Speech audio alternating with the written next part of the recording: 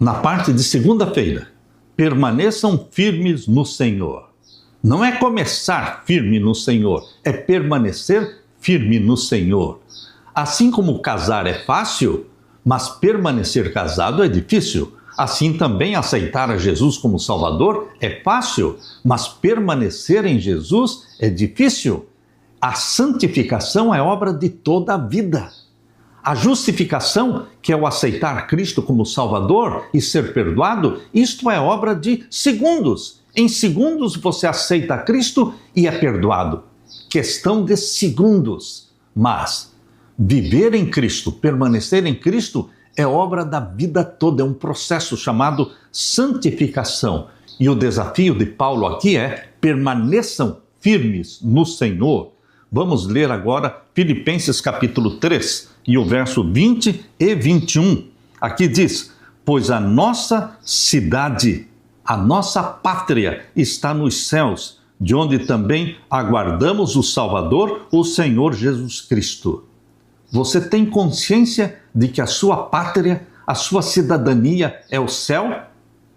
Você está feliz porque a sua cidadania é o céu? Não importa se você pertence a um país de primeiro mundo, a um terceiro mundo. Não, queridos. O que importa para Deus é que sejamos cidadãos do céu, pois a nossa pátria, a nossa cidade, referindo-se à Nova Jerusalém, está nos céus, de onde também aguardamos o Salvador Jesus Cristo, que vai voltar. Ele prometeu que vai voltar e ele cumprirá esta promessa. Ele virá para buscar o que pertence a ele. Ele comprou-nos com o seu sangue. E o verso 21, o qual transformará o nosso corpo de humilhação. Ele vai transformar esse corpo doentio, abatido, fraco, cheio de defeitos, chamado aqui de corpo de humilhação. Ele vai transformar o nosso corpo de humilhação para ser igual ao corpo da sua glória. Assim como Jesus ressuscitou glorificado, assim nós também seremos glorificados, meu querido irmão. Nós vamos subir para o céu com corpos glorificados, segundo a eficácia do poder que ele tem de até subordinar a si todas as coisas. Ele tem o poder de nos transformar de seres mortais em imortais, de seres corruptos em incorruptos. Ele vai nos dar a imortalidade dele. Meu querido irmão, ao contrário dos inimigos da cruz, que só pensam nas coisas terrenas e têm como Deus o próprio ventre, a cidadania do cristão está no céu. O seu governante é Jesus Cristo. Para reforçar essa ideia, Paulo destaca a necessidade de que nosso corpo humilhado, abatido, sujeito a doenças e sujeito a deterioração e morte, seja transformado para se tornar semelhante ao corpo glorioso de Jesus Cristo na ressurreição.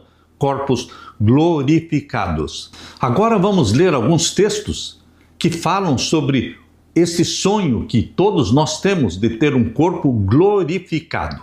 Vamos ler Jó capítulo 19, os versos 25 a 27. Aqui diz: porque eu sei que o meu Redentor vive e por fim se levantará sobre a terra. Veja a certeza de fé de Jó. Certeza de fé. Eu sei que o meu Redentor vive e que por fim se levantará sobre a terra. Jó não tinha o foco na sua miséria, na sua doença, nas suas chagas. Não, o foco de Jó era no Redentor. Meu Redentor vive, ele está olhando por mim e ele vai se levantar sobre a terra. Ele vai me redimir, resgatar. E o verso 26, depois, revestido este meu corpo da minha pele, em minha carne eu verei a Deus. A outra tradução diz: depois de consumida a minha pele, ainda em minha carne eu verei a Deus. Embora tendo a carne sendo deteriorada e consumida pela doença, Jó está dizendo: eu ainda verei o meu Deus. O verso 27 diz: eu o verei por mim mesmo. Eu vou ver o meu Jesus com os meus próprios olhos. Os meus olhos o verão e não outros. De saudade o meu coração desfalece dentro de mim. Jó ansiava por um corpo glorificado. Ele tinha certeza de que veria o seu Redentor. E agora lemos também em Lucas capítulo 24, verso 39, falando sobre o corpo glorificado. Lucas capítulo 24 e o verso 39. Aqui diz: vejam as minhas mãos e os meus pés, que sou eu mesmo, toquem em mim e vejam que é verdade, porque um espírito não tem carne nem ossos, como vocês estão vendo que eu tenho. Jesus ressuscitou com um corpo real. Ele não era somente um espírito sem corpo. Jesus Cristo ressuscitou com um corpo humano glorificado. Você tem hoje um corpo humano danificado pela natureza pecaminosa, mas na ressurreição nós teremos um corpo humano como o de Jesus, porém glorificado. A ressurreição de Jesus é uma mostra de como será também a nossa ressurreição. Lemos também na primeira carta aos Coríntios, capítulo 15. Abra sua Bíblia. Primeira carta de Paulo aos Coríntios, vamos ler então o capítulo 15 e os versos 42 a 44.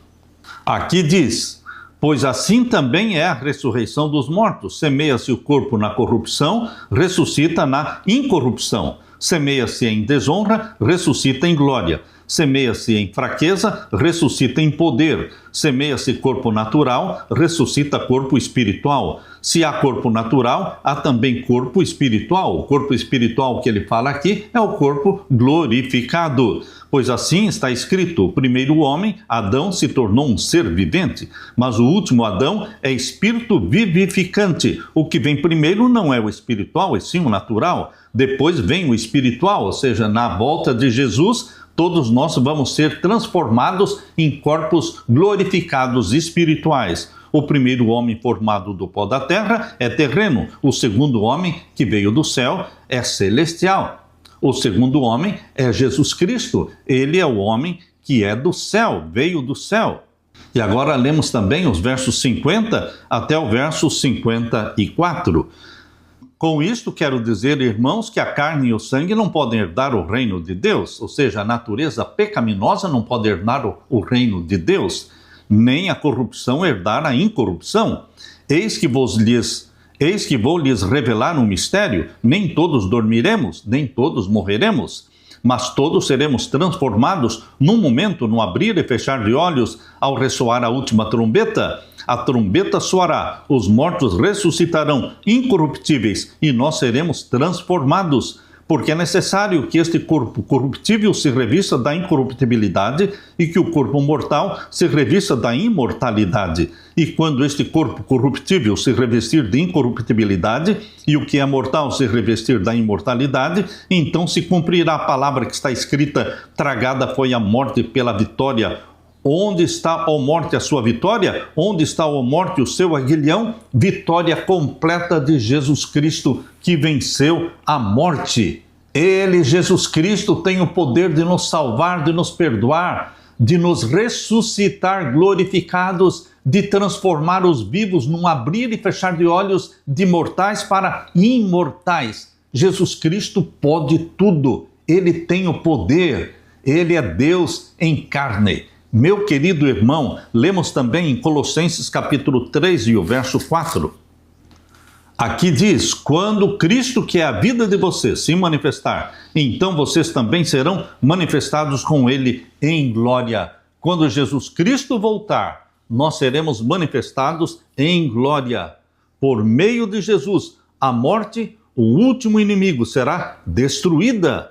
Essa é a nossa maior esperança, a promessa suprema que temos em Cristo. Não apenas o fim da morte, mas um corpo totalmente novo, um corpo glorioso, não mais sujeito ao tempo e ao espaço. Meu querido irmão, o autor ateu Luc Ferry, ele disse: o cristianismo nos permite não apenas transcender o medo da morte, mas também vencer a própria morte. E ao fazer isso, em termos de identidade individual, em vez de anonimato ou abstração, parece ser a única crença, falando do cristianismo. Parece ser a única crença que realmente oferece uma vitória definitiva da imortalidade pessoal sobre nossa condição de mortais.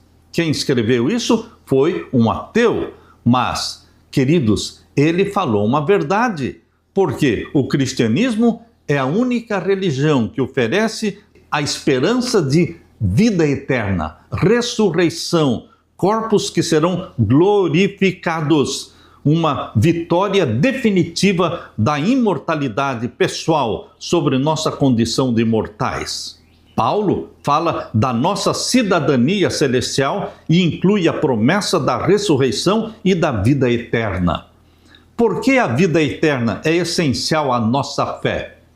Porque viver neste mundo é triste, é pesado viver neste mundo, cheio de doenças, de guerras, de mortes, de separações. Queridos, nós ansiamos uma vida eterna, uma vida superior, uma vida melhor, uma vida sem tristezas, sem doenças, sem separações. Nós ansiamos por uma vida plena, abundante. Nascemos para isso.